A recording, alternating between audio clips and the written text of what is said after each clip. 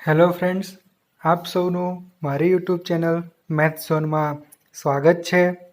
આજે હું તમારી સમક્ષ ધોરણ 10 ગુજરાતી માધ્યમ વિજ્ઞાન વિષયમાં પ્રકરણ 1 રાસાયણિક પ્રક્રિયાઓ અને સમીકરણોમાં આગળ વધતા અંતિમ વિડીયો પાર્ટ 5 લઈને હાજર થયો છું, જેમાં આપણે પાઠ્યપુસ્તકના સ્વાધ્યાયના પ્રશ્નોની ચર્ચા કરવાના છે।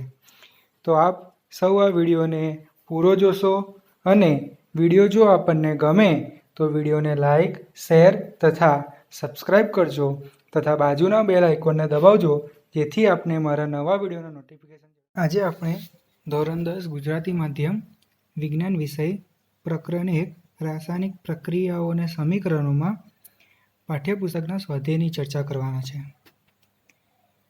જેમાં પહેલો પ્રશ્ન છે, નીચે આપેલ પ્રક્રિયા માટેના વિધાનો પૈકી કયા ખોટા છે?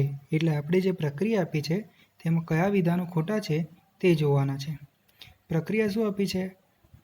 2PbO એટલે કે lead oxide plus carbon gives twice Pb plus CO2। અહીં તમે જોઈ શકો છો મિત્રો કે આપણને જે ટ્વાઇસ PbO છે એમાંથી શું બની રહ્યું છે? Pb એટલે કે લેડ ઓક્સાઇડનું લેડમાં રૂપાંતર થઈ રહ્યું છે। ઓક્સિજન ગુમાવે છે અને ઓક્સિજન ગુમાવે છે એટલે કે લેડ ઓક્સાઇડનું રિડક્શન થઈ રહ્યું છે। એક આપણા માટે થશે લેડ ઓક્સાઇડનું રિડક્શન થઈ રહ્યું છે, એટલે ઓપ્શન નંબર ડી સાચો થયો। હવે બીજું જોઈએ તો આમાં બીજું શું છે?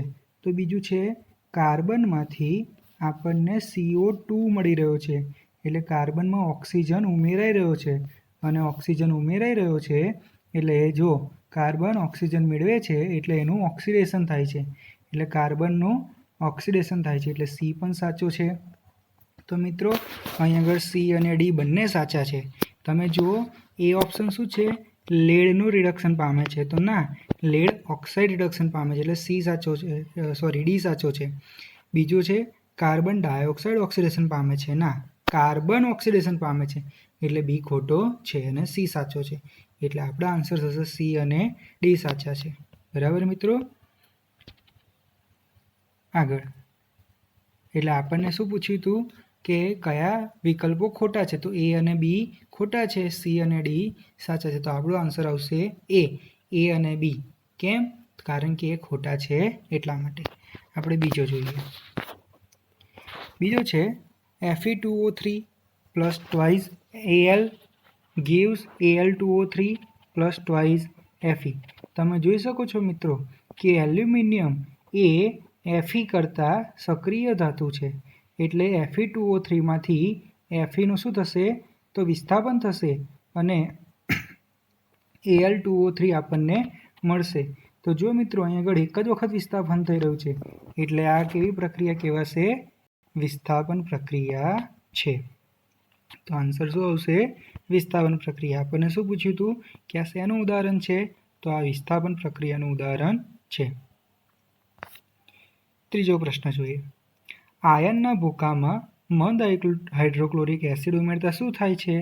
સાચા જવાબ પર નિશાન કરો।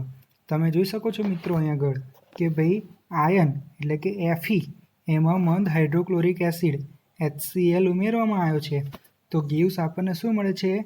FeCl2 plus H2। HClમાં ટ્વાઇસ જે કર્યા છે મિત્રો એ પ્રક્રિયાને બેલેન્સ કરવા માટે કરેલા છે, એટલે કે આયનના ભૂકામાં જ્યારે આપણે HCl મૂક્યા ને ત્યારે આપણને આયન ક્લોરાઇડ એટલે FeCl2 અને હાઇડ્રોજન ગેસ મળે છે, તો આન્સર આવશે એ, હાઇડ્રોજન વાયુ અને આયન ક્લોરાઇડ બને છે। આગળ જોઈએ।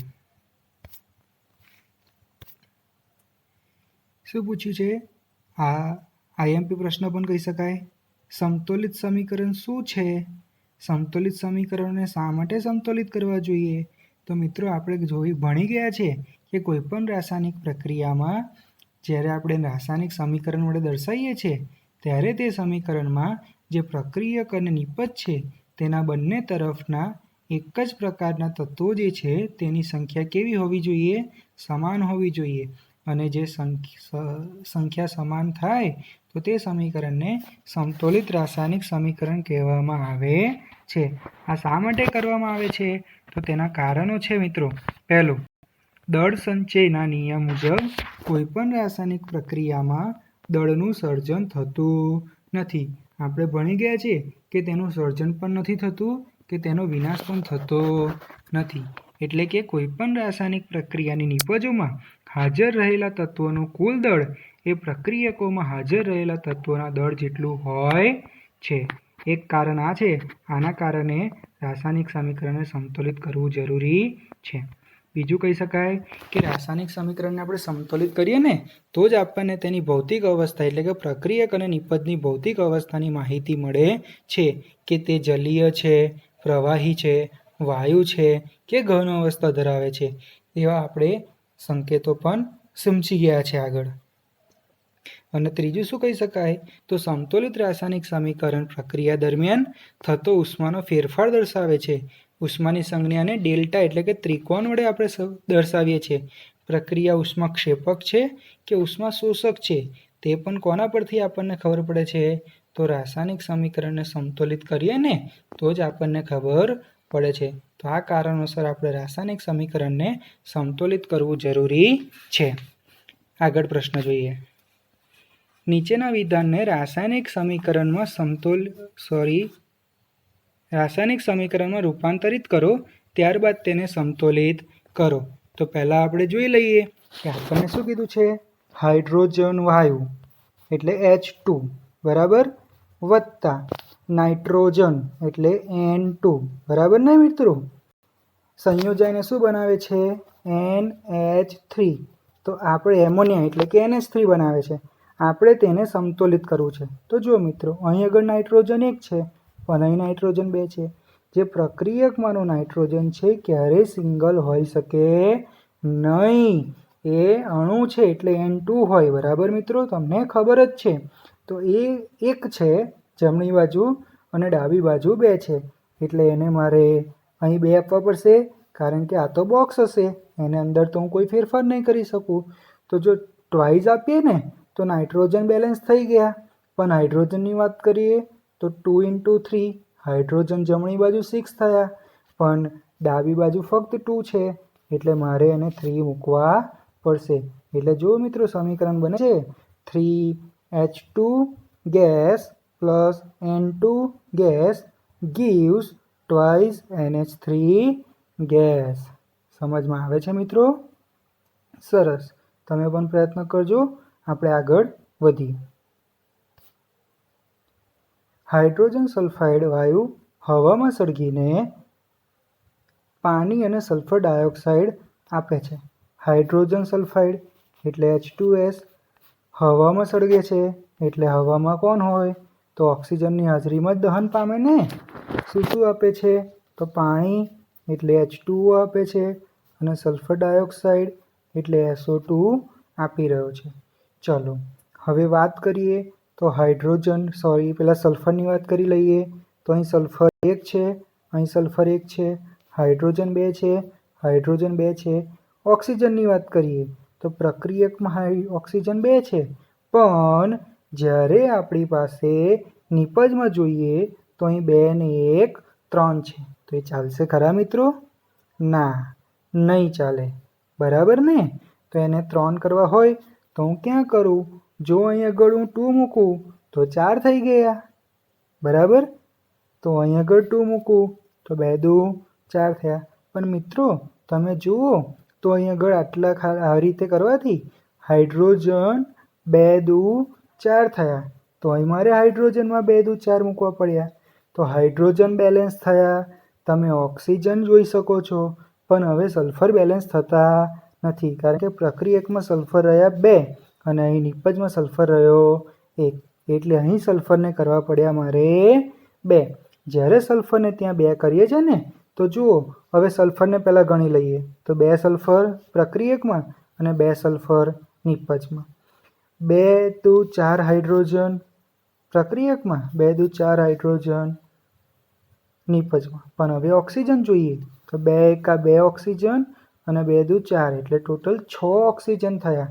એટલે મારે પ્રક્રિયક બાજુ 2 नहीं पण કેટલા લખવા પડશે 3 લખવા પડશે એટલે twice H2S gas plus thrice O2 gas gives twice H2O gas plus twice SO2 gas ખબર પડે છે મિત્રો સરસ આગળ જોઈએ આપણને કીધું છે બેરિયમ ક્લોરાઇડ એટલે BaCl2 એલ્યુમિનિયમ સલ્ફેટ સાથે સંયોજાય એલ્યુમિનિયમ સલ્ફેટ એટલે Al2SO4 થ્રાઇસ એની સાથે સંયોજાઈને એલ્યુમિનિયમ ક્લોરાઇડ એટલે AlCl3 પ્લસ તેમજ બેરિયમ સલ્ફેટના અવક્ષેપ આપે છે તો જોઈ લઈએ મિત્રો આપણને કોણ કીધું છે બેરિયમ ક્લોરાઇડ એટલે BaCl2 પ્લસ એલ્યુમિનિયમ સલ્ફેટ એટલે Al2SO4 થ્રાઇસ gives આપણને શું કીધું છે એલ્યુમિનિયમ ક્લોરાઇડ એટલે AlCl3 કેમના આવે છે મિત્રો તમને ખબર છે કેમ તો Al+3 અને Cl- એટલે બેલેન્સ કરવા માટે આ 3 અહીં જાય 1 અહીં જાય એટલે AlCl3 થશે બરાબર છે તો આગળ જોઈએ બીજું આપણને શું આપી રહ્યું હતું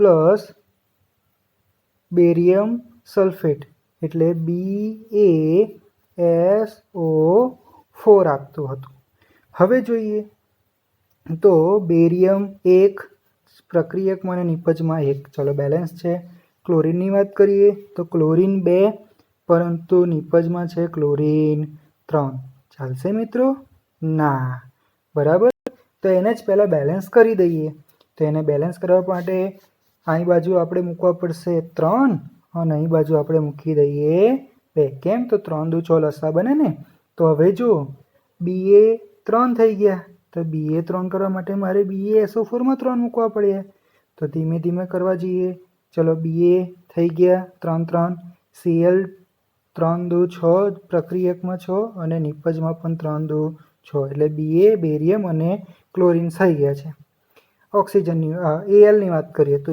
Al2 થઈ ગયા છે S3 S પણ 3 થઈ ગયા છે ચલો અથવા SO4 આખું લઈ લઈએ તો SO4 3 થઈ ગયા છે SO4 3 થઈ ગયા છે તો આપણું સમીકરણ બેલેન્સ થઈ ગયું thrice BaCl2 plus Al2SO4 thrice gives twice AlCl3 plus 3 BaSO4 મિત્રો તમે આવા બીજા એક્ઝામ્પલ લઈને પ્રયત્ન કરજો બહુ સરળ છે આગળ જોઈએ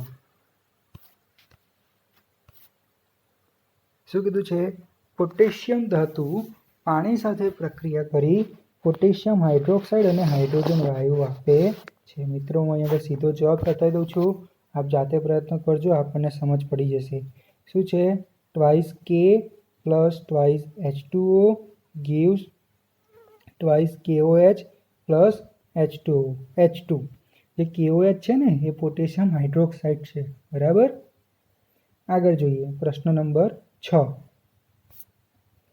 નીચેના રાસાયણિક સમીકરણોને સમતોલિત કરો એક છે HNO3 સમીકરણ લખી લઈએ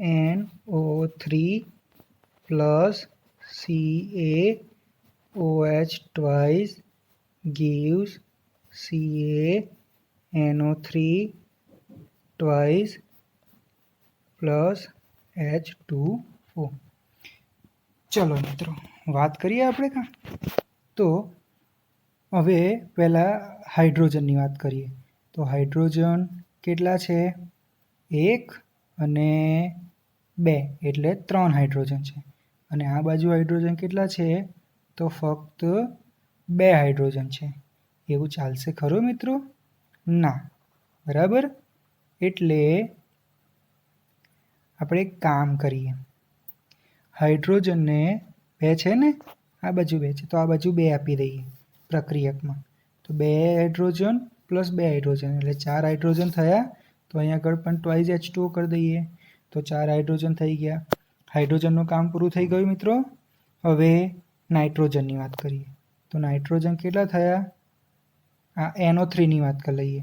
NO3 2 છે, અહીં NO3 2, એટલે એ કામ પૂરું થઈ ગયું. હવે કેલ્શિયમની વાત કરીએ. કેલ્શિયમ 1 છે, કેલ્શિયમ 1 છે, પૂરો થઈ ગયો. અને આ જે ઓક્સિજન રહ્યા O2, તો આ O2 અહીં આગળ બેલેન્સ થઈ ગયા ને મિત્રો? તમે પ્રયત્ન કરજો, તમને પણ સમજાઈ જશે. તેવી રીતે આગળ આપણે સમીકરણો લખેલા છે, તેના સીધા જવાબ પણ આપેલા છે. તમે જાતે પ્રયત્ન કરશો, તમને આવડી જશે મિત્રો. હા, NaOH plus H2SO4 gives Na2SO4 plus H2O. તો એને સંતુલિત કરવાનું સમીકરણનો ઉત્તર છે twice NaOH plus H2SO4 gives Na2SO4 plus twice H2O. ત્રીજો છે NaCl plus AgNO3 gives AgCl plus NaNO3. મિત્રો તમે જ્યારે આને વ્યવસ્થિત કરીને જોશો ને તો આ બેલેન્સ જ છે, આ સમતોલિત જ છે, એમાં કશો ફેરફાર કરવાની જરૂર નથી. ચોથું છે BaCl2 plus H2SO4 gives BaSO4 plus HCl. આમાં બેલેન્સ કરવા માટે મિત્રો જે HCl છે ને એને જ ફક્ત ટ્વાઇસ આપવાના છે, તો આપણું સમીકરણ બેલેન્સ થઈ જશે. બરાબર છે? તમે પ્રયત્ન કરજો, તમને આવડી જશે. પ્રશ્ન નંબર 7ની વાત કરી લઈએ. આપેલ રાસાયણિક પ્રક્રિયા માટે સમતોલિત સમીકરણ લખો. એટલે આપણને અહીં આગળ શાબ્દિક સ્વરૂપે આપ્યું છે, જેને આપણે સમતોલિત કરવાના છે. હવે મિત્રો આપને લોકોને સમતોલિત કરતા આવડે જ છે, પણ હું તમને લોકોને એના સૂત્રો સમજાવી દઈશ. કેલ્શિયમ હાઇડ્રોક્સાઇડ એટલે CaOH twice, carbon dioxide CO2 gives શું આપે છે? કેલ્શિયમ કાર્બોનેટ CaCO3 અને પાણી H2O. મિત્રો તમે આ સમીકરણ લખો ને તો આ સમીકરણ તો ઓટોમેટિક બેલેન્સ થઈ જાય છે. 7મામાં બીજું જોઈએ.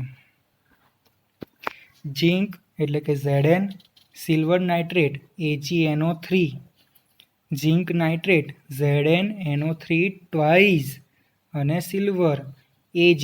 જ્યારે મિત્રો તમે એને બેલેન્સ કરો છો તો સમીકરણ બને છે Zn plus twice AgNO3 gives ZnNO3 twice plus twice Ag.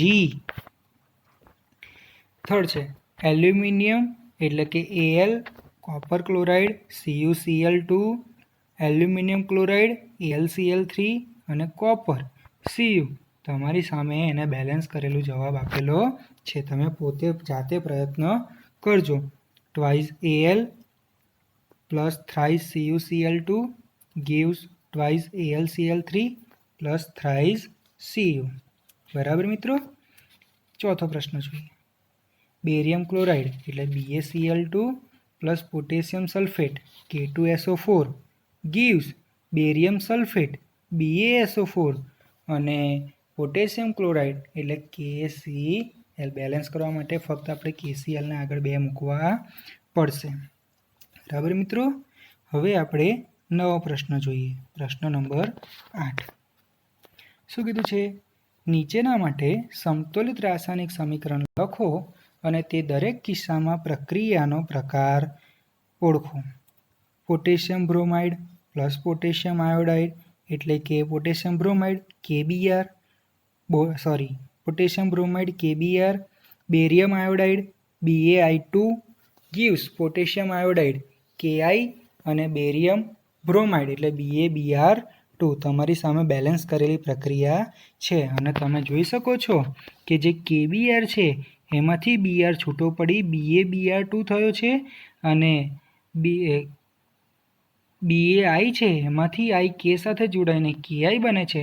એટલે અહીં આગળ આયનીય જે સંયોજનો છે ને એ છૂટા પડીને વિસ્થાપન થઈ રહ્યું છે, 2 વખત થઈ રહ્યું છે, એટલે આ દ્વિવિસ્થાપન પ્રક્રિયા છે. બીજું છે zinc carbonate ZnCO3 gives zinc oxide ZnO અને કાર્બન ડાયોક્સાઇડ CO2. તમે જુઓ એક જ પ્રક્રિયકમાંથી આપણને 2 નિપજ મળે છે, એટલે આ વિઘટનીય પ્રક્રિયા છે અને આ પ્રક્રિયાને કરવા માટે ઉષ્મા આપવી પડે છે, એટલે એને ઉષ્મીય વિઘટન પ્રક્રિયા કહી શકાય.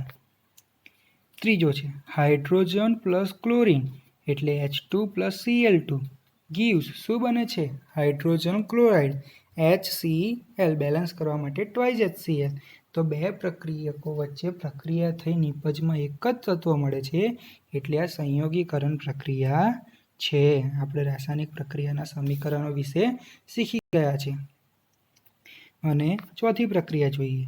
Magnesium Mg hydrochloric acid HCl gives magnesium chloride MgCl2 અને હાઇડ્રોજન H2. તમે જુઓ મિત્રો, જે HCl છે ને એમાંથી Cl છૂટો પડી Mg સાથે જોડાઈ જાય છે, એટલે MgCl2 બને છે. એટલે આ એક જ વખત પ્રક્રિયા વિઘટન થાય, વિસ્થાપન થાય છે, એટલે આ વિસ્થાપન પ્રક્રિયા છે. બરાબર મિત્રો. હવે આપણે આગળનો પ્રશ્ન જોઈએ. ઉષ્માક્ષેપક અને ઉષ્મા શોષક પ્રક્રિયા એટલે શું? ઉદાહરણ આપો. મિત્રો, આના વિશે આપણે આગળ ચર્ચા કરી જ ગયેલા છે પ્રકરણમાં કે ઉષ્માક્ષેપક એટલે કે પ્રક્રિયા દરમિયાન નિપજમાં આપણને ઉષ્મા મળે તે, અને ઉષ્મા શોષક એટલે પ્રક્રિયા દરમિયાન પ્રક્રિયકમાંથી નિપજમાં રૂપાંતર કરવા માટે ઉષ્મા આપવી પડે તે. બરાબર છે. ઉષ્માક્ષેપકને એક્ઝોથર્મિક અને ઉષ્મા શોષકને એન્ડોથર્મિક પ્રોસેસ કહેવામાં આવે છે. તમારી સામે ઉષ્માક્ષેપકના અને ઉષ્મા શોષકના ઉદાહરણો છે. આપણે ઉષ્માક્ષેપકના ઉદાહરણ જોઈ લઈએ. H2SO4 gives H2O પાણીની હાજરીમાં પ્રક્રિયા થાય છે. H+ અને SO4- પ્લસ ઉષ્મા છૂટી પડે છે. બીજી વાત કરીએ. CH4 methane plus oxygen gives CO2 + twice H2O plus ઉષ્મા. મિત્રો, તમે ફક્ત 2 ઉદાહરણ આપો તો પણ ચાલે, અને જે ત્રીજું છે ઉદાહરણ એ તો સર્વસામાન્ય આપણે યાદ રાખવાનું જ છે. ગ્લુકોઝવાળું C6H12O6 plus 6 time O2 gives 6 time CO2 plus 6 time H2O plus ઉર્જા. ઉષ્મા શોષકના ઉદાહરણની વાત કરીએ. ઉષ્મા શોષક પ્રક્રિયા એટલે શું એની પહેલાં વાત કરી લઈએ. તો પ્રક્રિયા દરમિયાન આપણે નિપજ મેળવવા માટે પ્રક્રિયકને ઉર્જા આપવી પડે, તેને ઉષ્મા શોષક પ્રક્રિયા કહેવાય છે. ઉદાહરણની વાત કરીએ તો CaCO3 પ્લસ ઉષ્મા આપીએ તો શું મળે? CaO plus CO2. એવી રીતે છે N2 પ્લસ O2, અને જો એને ઉષ્મા મળે તો ટ્વાઇસ NO નાઇટ્રિક ઓક્સાઇડ બને છે. બરાબર મિત્રો. હવે આપણા માટે નવો પ્રશ્નની વાત કરીએ, અને જે ઇમ્પોર્ટન્ટ પ્રશ્ન છે. શ્વસનને ઉષ્માક્ષેપક પ્રક્રિયા સાથી ગણવામાં આવે છે? તો જો મિત્રો, દરેક પ્રકારના સજીવોને જીવિત રહેવા માટે શેની જરૂર પડે છે? બહુ સરસ, ઉર્જાની જરૂર પડે છે. અને આ ઉર્જા એ લોકોને ખોરાકમાંથી મળી રહે છે. એટલે પાચન દરમિયાન ખોરાક વધુ સરળ પદાર્થોમાં વિભાજિત થાય છે, અને આ સરળ કાર્બોદિત પદાર્થોનું વિભાજન થઈ ગ્લુકોઝનું ઉત્પાદન થાય છે. તો આ ગ્લુકોઝ શરીરમાં કેવી રીતે દાખલ થાય? શરીરના જે કોષોમાં રહેલા ઓક્સિજન છે તેની સાથે સંયોજાઈને આપણા શરીરને ઉર્જા પૂરી પાડે છે, અને આ જ શ્વસનની વિશિષ્ટ પ્રક્રિયા છે. કેવી છે? તો આપણે જો ઉષ્માક્ષેપકની પ્રક્રિયા જાણીએ છીએ કે ઉષ્મા આપણને નિપજમાં મળે, એટલે C6H12O6 જે ગ્લુકોઝ છે એમાં ઓક્સિજન ઉમેરાયો 6 ટાઈમ O2 gives આપણને શું આપ્યું? તો 6 time carbon dioxide plus 6 time H2O અને ઉર્જા. એટલે આના પરથી આપણે કહી શકીએ કે જે શ્વસનની પ્રક્રિયા છે, પ્રક્રિયા દરમિયાન ઉષ્મા ઉત્પન્ન થાય છે, નિપજમાં મળે છે, તેથી આ પ્રક્રિયાને ઉષ્માક્ષેપક પ્રક્રિયા ગણવામાં આવે છે. આગળ જોઈએ. પ્રશ્ન નંબર 11. શું કીધું છે? વિઘટન પ્રક્રિયાઓને સંયોગીકરણ પ્રક્રિયાઓની વિરોધાર્થી શા માટે ગણવામાં વિરોધ પ્રક્રિયા શા માટે ગણવામાં આવે છે? મિત્રો, આપણે વાત કરી છે કે સંયોગીકરણ પ્રક્રિયામાં શું છે? તો સંયોગીકરણમાં 2 કે વધુ પ્રક્રિયકો હોય અને નિપજમાં આપણને તેના સંયોજનથી ફક્ત એક જ તત્વ મળે, એટલે સંયોગીકરણ છે.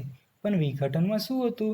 તો પ્રક્રિયકમાં એક જ તત્વ હોય, પણ નિપજમાં તેના વિઘટન દરમિયાન 2 કે 2 કરતાં વધુ આપણને નિપજો મળી આવતી હોય. એટલે આ તમે જુઓ ને મિત્રો, તો આ કેવી છે? એકબીજાથી વિરુદ્ધ પ્રક્રિયા છે. અને આ પ્રક્રિયાઓ માટેના સમીકરણો લખો. તો જો પહેલું છે twice H2 plus O2 gives twice H2O. તો આ સંયોગીકરણ પ્રક્રિયા છે. કેમ? તો પ્રક્રિયકોમાં બે તત્વો છે પણ નિપજમાં ફક્ત એક જ. અને વિઘટનની વાત કરીએ તો ટ્વાઇસ H2O એટલે એનું વિદ્યુત વિભાજનથી વિઘટન થાય છે. તો ટ્વાઇસ H2 પ્લસ O2 એટલે કે પ્રક્રિયકમાં એક જ તત્વ છે પણ નિપજમાં આપણને બે તત્વો મળી આવે છે. બીજી જ પ્રક્રિયા એવી રીતે છે કે CaO પ્લસ CO2 gives એની સંયોગીકરણ પ્રક્રિયા થાય છે અને આપણને મળે છે CaCO3. જ્યારે વિઘટનમાં CaCO3 ને આપણે ઉષ્મા આપીએ તો CaO પ્લસ CO2 મળી આવે છે. એટલે આ બંને એકબીજાથી વિરુદ્ધ પ્રક્રિયા છે તેમ કહી શકાય મિત્રો. બરાબર. હવે આપણે આગળ વધીએ અને પ્રશ્ન 12ની વાત કરીએ. એવી વિઘટન પ્રક્રિયાઓના એક એક સમીકરણ દર્શાવો જેમાં ઉર્જા, ઉષ્મા, પ્રકાશ અથવા વિદ્યુત સ્વરૂપે પૂરી પાડવામાં આવે. મિત્રો આપણે વિઘટન પ્રક્રિયા વિશે જ્યારે શીખ્યા ત્યારે જ વાત કરી હતી કે તે ઉષ્મા શોષક પ્રક્રિયા છે એટલે તેને ઉષ્મા આપવી પડે છે. તો ઉર્જા જે આપીએ છીએ ને તે ઉષ્મા સ્વરૂપે આપી શકાય, પ્રકાશ સ્વરૂપે આપી શકાય અને વિદ્યુત સ્વરૂપે આપી શકાય. તેની આપણે પ્રવૃત્તિઓ પણ કરી હતી. અહીં આગળ આપણે ફક્ત એવી પ્રક્રિયાઓ જ દર્શાવવાની છે. જોઈ શકો છો તમે. પહેલું છે ઉષ્મા એટલે CaCO3 એને ઉષ્મા આપીએ છીએ તો વિઘટન થાય છે CaO પ્લસ CO2. બીજું છે પ્રકાશની હાજરીમાં AgCl એટલે ટ્વાઇસ AgCl gives જ્યારે પ્રકાશ આપીએ છીએ તો ટ્વાઇસ Ag પ્લસ Cl2 અને વિદ્યુતની હાજરીમાં થતી હોય એટલે ઉષ્મા વિદ્યુત સ્વરૂપે અપાતી હોય તે ટ્વાઇસ H2O. વિદ્યુત પ્રવાહ પસાર કરીએ છીએ તો આપણને મળે છે ટ્વાઇસ H2 પ્લસ O2. એટલે આ વિઘટન પ્રક્રિયાઓના સમીકરણ થઈ ગયા. બરાબર મિત્રો. હવે આપણે 13મા પ્રશ્નની વાત કરીએ. વિસ્થાપન પ્રક્રિયા અને દ્વિવિસ્થાપન પ્રક્રિયા વચ્ચે શું તફાવત છે? આ પ્રક્રિયાઓ માટેના સમીકરણ લખો. તો જોઈએ. વિસ્થાપન પ્રક્રિયા. આ પ્રકારની પ્રક્રિયામાં વધુ સક્રિય તત્વ એ ઓછા સક્રિય તત્વનું તેના ક્ષારના દ્રાવણમાંથી વિસ્થાપન કરે છે. ઉદાહરણ છે Zn plus CuSO4 gives ZnSO4 plus copper એટલે કે Cu. તમે જોઈ શકો છો મિત્રો કે અહીંયા આગળ SO4 છે એ Zn સાથે સંયોજાઈને ZnSO4 બને છે. બરાબર. બીજું ઉદાહરણ કેવું હોય તો Zn plus CuCl2 gives ZnCl2 plus copper. બરાબર. અને આપણે જ્યારે વિસ્થાપન પ્રક્રિયા શીખ્યા ને ત્યારે પણ તેના કેટલાક ઉદાહરણની વાત આપણે ત્યાં પણ કરી હતી. બીજું છે દ્વિવિસ્થાપન. તો આમાં શું થાય છે? તો આ પ્રકારની પ્રક્રિયાઓ કે જેમાં પ્રક્રિયકો વચ્ચે આયનોની આપલે થતી હોય તેને દ્વિવિસ્થાપન પ્રક્રિયા કહેવામાં આવે છે. ઉદાહરણની વાત કરીએ તો BaCl2 plus K2SO4 gives BaSO4 plus twice KCl. તમે જોઈ શકો છો Ba સાથે જે Cl2 જોડાયેલો છે એ K સાથે જો સંયોજાય KCl અને K2 સાથે જે SO4 છે એ Ba સાથે જોડાય BaSO4. અથવા તો બીજું ઉદાહરણ કેવું હોય તો NaOH પ્લસ HCl gives આપણને NaCl પ્લસ H2O. આનું તમે દ્વિવિસ્થાપન જાતે ટ્રાય કરજો. પ્રશ્ન નંબર 14ની વાત કરીએ. સિલ્વર એટલે કે ચાંદીના શુદ્ધિકરણમાં કોપર ધાતુ દ્વારા સિલ્વર નાઇટ્રેટના દ્રાવણમાંથી સિલ્વરની પ્રાપ્તિ વિસ્થાપન પ્રક્રિયા મારફતે થાય છે. તેમાં સમાવિષ્ટ પ્રક્રિયા લખો. એટલે જો કોપરનું વિસ્થાપન સિલ્વર નાઇટ્રેટ તો કોપર ધાતુ લખી દીધી પ્લસ સિલ્વર નાઇટ્રેટ એટલે AgNO3 લખી દીધા. gives આપણને શું મળશે તો કોપર સિલ્વર શુદ્ધ જોઈએ છે એટલે સિલ્વર જોડે છે કોણ છે NO3- એ NO3 કોપર સાથે સંયોજશે પણ NO3- છે અને Cu+2 છે તો ચાલે નહીં, એટલે CuNO3 ટ્વાઇસ થશે, એટલે આપણે Ag ની આગળ 2 લખવા પડ્યા છે. AgNO3ની આગળ 2 લખ્યા છે, બરાબર. એટલે આપણને મળ્યા CuNO3 twice plus twice Ag, એટલે આપણને શુદ્ધ સિલ્વર મળી જાય છે. આગળ જોઈએ પ્રશ્ન નંબર 15. અવક્ષેપણ પ્રક્રિયાનો અર્થ શું છે? ઉદાહરણ આપી સમજાવો. એટલે તમે તમારી દ્રષ્ટિએ શું કાઢો છો તેની વાત કરીએ. તો એવી પ્રક્રિયા છે, એવી કોઈ પણ પ્રક્રિયા કે જેના દ્વારા પાણીમાં અદ્રાવ્ય પદાર્થ ઉદ્ભવે તો તે અદ્રાવ્ય પદાર્થને અવક્ષેપણ કહેવામાં આવે છે. અને આવી કોઈ પણ પ્રક્રિયા કે જે અવક્ષેપ ઉત્પન્ન કરે છે તે પ્રક્રિયાને આપણે અવક્ષેપણ પ્રક્રિયા કહીએ છીએ, બરાબર. એટલે કે પાણીમાં જો કોઈ પદાર્થ આપણે ઓગાળીએ છીએ અને સંપૂર્ણ દ્રાવ્ય થતો નથી તો તેના અવક્ષેપ આપણને મળ્યા તેમ કહેવાય, અને આ પ્રક્રિયાને આપણે અવક્ષેપણ પ્રક્રિયા કહી શકાય. એના ઉદાહરણમાં 2 ઉદાહરણ અહીં આપ્યા છે તમારી સમક્ષ, જેમાં પહેલો છે BaCl2 બેરિયમ ક્લોરાઇડને જલીય દ્રાવણને બેરિયમ ક્લોરાઇડના જલીય દ્રાવણને જ્યારે આપણે સોડિયમ સલ્ફેટના જલીય દ્રાવણ સાથે ઉમેરીએ છીએ, એટલે BaCl2 એક્યુઅસ પ્લસ Na2SO4 એક્યુઅસ, ત્યારે આપણને બેરિયમ સલ્ફેટ BaSO4ના સફેદ અવક્ષેપ ઉત્પન્ન થાય છે અને પ્લસ ટ્વાઇસ NaCl આપણને મળે છે. એટલે એક્યુઅસ ફોર્મ એટલે કે પાણીમાં દ્રાવ્ય સ્વરૂપમાં આપણને સામાન્ય મીઠું NaCl મળે છે. બીજી પ્રક્રિયા છે, જ્યારે સિલ્વર નાઇટ્રેટના જલીય દ્રાવણને સોડિયમ ક્લોરાઇડના જલીય દ્રાવણમાં ઉમેરવામાં આવે છે ત્યારે AgCl એટલે કે સિલ્વર ક્લોરાઇડના પાણીમાં અદ્રાવ્ય સફેદ અવક્ષેપ ઉત્પન્ન થાય છે. પ્રક્રિયા છે AgNO3 plus NaCl gives AgCl plus NaNO3.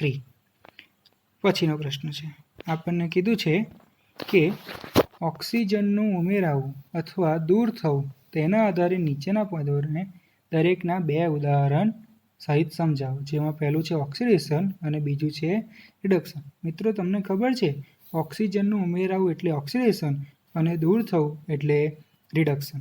તો જો ઓક્સિડેશન, જો કોઈ રાસાયણિક પ્રક્રિયા દરમિયાન ઓક્સિજન મેળવાતો એટલે કે ઉમેરાતો હોય અથવા હાઇડ્રોજન ગુમાવતો હોય તો તે પ્રક્રિયાને ઓક્સિડેશન પ્રક્રિયા કહેવામાં આવે છે. તમારી સમક્ષ 4 ઉદાહરણો છે. Na4Na plus O2 gives twice Na2O, balance કરેલી પ્રક્રિયા છે મિત્રો. બીજું છે twice H2 plus O2 gives twice H2. ત્રીજું છે twice Mg plus O2, oxygen ઉમેરાય છે મિત્રો, જોજો, એટલે ટ્વાઇસ MgO. અને twice Cu plus O2 gives twice CuO. તમારે મિત્રો ફક્ત 2 જ ઉદાહરણ લખવાના છે, પણ તમારી જાણ માટે અહીં આગળ આપણને વધારે ઉદાહરણો આપેલા છે. બીજું છે રિડક્શન. તો રિડક્શન આપણને બધાને ખબર છે કે જે પણ રાસાયણિક પ્રક્રિયા દરમિયાન ઓક્સિજન ગુમાવાતો હોય અથવા તો ઓક્સિજન હાઇડ્રોજન મેળવાતો એટલે કે હાઇડ્રોજન ઉમેરાતો હોય તેવી રાસાયણિક પ્રક્રિયાને રિડક્શન પ્રક્રિયા કહેવામાં આવે છે. તમે જોઈ શકો છો પહેલી પ્રક્રિયા છે કે CuO કોપર ઓક્સાઇડમાં હાઇડ્રોજન ઉમેરાય છે H2, એટલે હાઇડ્રોજન ઉમેરાય એટલે રિડક્શન પ્રક્રિયા થઈ ગઈ ને. સોરી, હાઇડ્રોજન ઉમેરાય એટલે ઓક્સિડેશન હાઇડ્રોજન ઉમેરાય એટલે રિડક્શન પ્રક્રિયા થઈ ગઈ. gives કોપર પ્લસ H2O, એટલે CuO જે છે કોપર ઓક્સાઇડ એમાંથી તમે જો કોપર મળે છે, ઓક્સિજન દૂર થાય છે, ઓક્સિજન ગુમાવીને કોપર બનાવે છે, એટલે આ રિડક્શન પ્રક્રિયા કહી શકાય. બીજું છે ટ્વાઇસ KClO3 gives ગરમી આપીએ છીએ તો ટ્વાઇસ KCl, જો ઓક્સિજન દૂર થઈ ગયો અને થ્રાઇસ O2 આપણને મળે છે. ત્રીજું ઉદાહરણ કહી શકીએ ZnO plus carbon gives Zn, એટલે ZnOમાંથી ઓક્સિજન દૂર થઈ ગયો એટલે એનું રિડક્શન થયું, પ્લસ કાર્બન ઓક્સિજન સાથે સંયોજાઈને CO બનાવે છે. અને તેવી જ રીતે આપણને ચોથું ઉદાહરણ આપ્યું છે MnO2 plus 4HCl gives MnCl2 plus twice H2 plus Cl2. બરાબર મિત્રો, ઓક્સિડેશન રિડક્શનના આપણી પાસે ઘણા બધા ઉદાહરણ છે. આના સિવાયનું તમારી પાસે કોઈ ઉદાહરણ હોય તો તમે એ પણ લખી શકો છો. આપણે આગળના પ્રશ્નની ચર્ચા કરીએ. પ્રશ્ન ક્રમાંક 17. એક ચળકતા કથ્થઈ રંગના તત્વો એક્સને હવામાં ગરમ કરતાં તે કાળા રંગનું બને છે. તત્વ એક્સ તેમજ બનતા કાળા રંગના સંયોજનનું નામ આપો. ચળકતા ભૂરા રંગનું તત્વ એક્સ હવે અહીંયા આગળ મિત્રો આપણે ધ્યાન એટલું કરવાનું છે કે જે ચળકતા કથ્થઈ રંગના તત્વની વાત કરી છે ને, તો અહીંયા આગળ ભૂરા નહીં, ત્યાં પણ શું લખાશે? કથ્થઈ લખાશે. અને જે આપણું તત્વ એક્સ છે ને એ હશે કોપર એટલે કે તાંબુ. અને તેને આપણે ગરમ કરીએ છીએ, આપણે આગળ પ્રવૃત્તિમાં પણ જોઈ ગયા છે. તેને ગરમ કરતાં કાળા રંગના સંયોજન કોપર-2 ના ઓક્સાઇડ આપણને મળી આવે છે.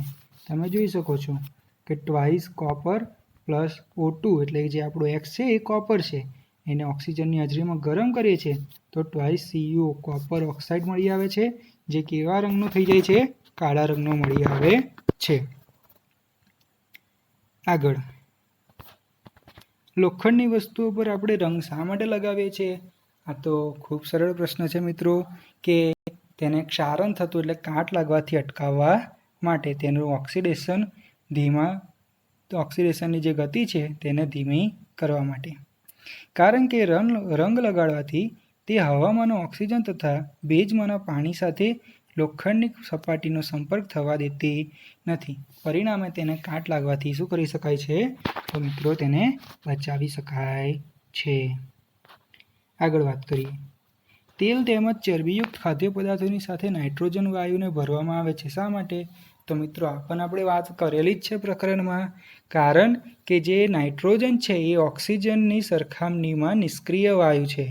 એટલે જો ખાદ્ય પદાર્થોમાં તેલ અથવા ચરબી હાજર હોય તો તેનું હવામાંના ઓક્સિજન વડે ઓક્સિડેશન થાય છે, ત્યારે પદાર્થ જે છે એ ખોરો થઈ જાય છે. એટલે જ્યારે આપણે નાઇટ્રોજનનો ઉપયોગ કરીએ છીએ તો તેને બચાવી શકાય છે. આ જ કારણથી આપણે જે પણ ખાદ્ય પદાર્થો છે તેમાં નાઇટ્રોજન વાયુનું પેકિંગ કરવામાં આવે છે. આગળનો પ્રશ્ન જોઈએ મિત્રો, જે આપણો અંતિમ પ્રશ્ન છે. નીચેના પદને એક ઉદાહરણ સહિત સમજાવો. બે પદો છે, એક છે ક્ષારણ અને બીજું છે ખોરાપણું. એમાં પહેલાં ક્ષારણની વાત કરીએ. જ્યારે ધાતુ પર તેની આસપાસના પદાર્થો જેવા કે ભેજ, એસિડ વગેરેનો હુમલો થાય છે ત્યારે તેનું જે ક્ષયન થાય છે ને એ પ્રક્રિયાને મિત્રો ક્ષારણ એટલે કે કોરોઝન કહેવામાં આવે છે. દાખલા તરીકે ચાંદી પર જે કાળા રંગનું અસ્તર આવી જાય છે, તાંબા પર લીલા રંગનું અસ્તર આવી જાય છે, આ બધા તેના અન્ય ઉદાહરણ છે. અને બીજું છે ખોરાપણું, એટલે કે જ્યારે તેલ અથવા ચરબીયુક્ત જે પદાર્થો છે એ ઓક્સિડેશન થાય ત્યારે તે ખોરો થઈ જાય છે અને તેની વાસ અથવા સ્વાદ પણ બદલાઈ જાય છે.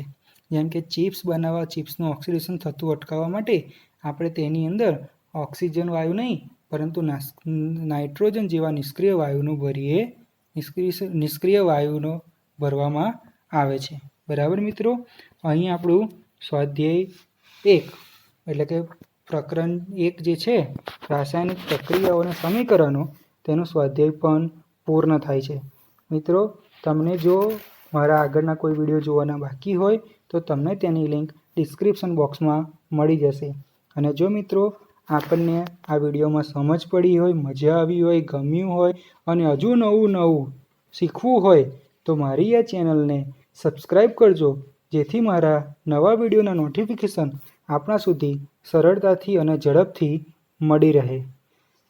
તથા આ વિડીયોની લિંક, આ ચેનલની લિંક પણ આપણા મિત્રો સુધી પહોંચાડવા માટે તેઓને શેર કરજો. ધન્યવાદ મિત્રો.